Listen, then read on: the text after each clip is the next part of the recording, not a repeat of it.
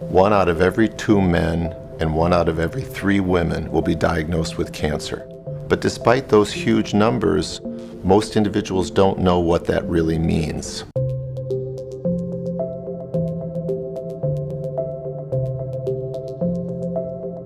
At the simplest level, cancer or cancer cells are cells that have lost the ability to follow the normal control that the body exerts on all cells.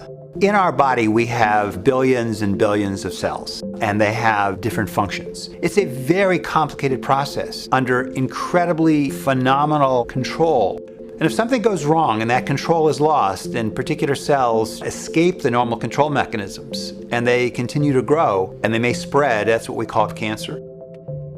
Those cells together, we would call that a tumor. Specifically, cancer is a malignant tumor, and we call it malignant because not only can it invade into adjacent organs, but unfortunately a cancer can spread to other tissues, and that can be life-threatening. Cancer can actually occur anywhere in the body because there are cells everywhere in the body. In women, one of the most common cancers, of course, is breast cancer, and in men, prostate cancer. And in both men and women, lung cancer and colon cancer are common cancers. It's important to understand that the cancer that occurs in one individual is very different than the cancer that occurs in another, just like those individuals are different. So a lung tumor in one person will be very different from a lung tumor in another person. Once the diagnosis of cancer is made, of course, the next obvious question is, what do you do? There are several things that are really relevant. The stage of the cancer, which is information about where is the cancer. Do you say it's a particular kind of cancer? How much cancer is present? Has it spread? Is it in lymph nodes? Has it spread to other organs of the body? Cancer treatment actually is very complex. And part of the reason is because cancer is this constellation of over 200 different diseases. They have common characteristics, but they're all very different from each other. In addition to that, the cancer itself is not homogeneous. There may be 3 or 4 or 5 or 6 different slight variations in the cancer cells that are there. People ask, why? Why does my cancer not go away? It shrunk by 70%. What's wrong with the other 30%? Well, it's probably a different subtype of that cancer, which is going to require a different kind of treatment. There are 3 primary therapies for cancer: surgery, radiation, and chemotherapy. Surgery works by directly removing the tumor. The radiation therapy provides X-rays to kill individual cells, and the chemotherapy provides chemicals that can kill those individual cells, but they have side effects.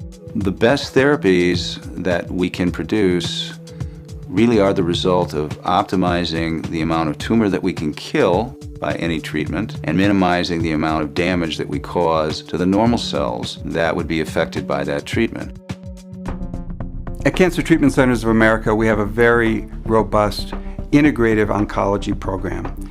Integrative oncology is taking those conventional oncology treatments and integrating those with therapies like acupuncture, naturopathic medicine, chiropractic, nutrition, to blend those together and to create the most appropriate treatment plan for that individual patient at that moment in time. Cancer Treatment Centers of America has invested in a model in which all of the effects of cancer and its therapy are aggressively treated and managed. It's not just enough to kill the cancer if we don't treat the pain, the fatigue, the depression, or the anxiety that comes with a diagnosis of cancer.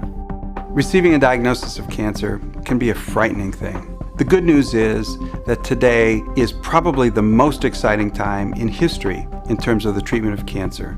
Options that didn't exist a few months ago certainly didn't exist a few years ago, like the ability to genomically profile a tumor and to take that individualized fingerprint of that cancer may direct us to tailor treatment in very specific ways. We believe that in the future, many more patients with a number of different tumor types will potentially be able to benefit from the advances in precision medicine. There are very hopeful options that are available to us as clinicians to make a difference in patients' lives. And it's therefore just as important for patients to know that so that they have those hopeful options and they take advantage of them.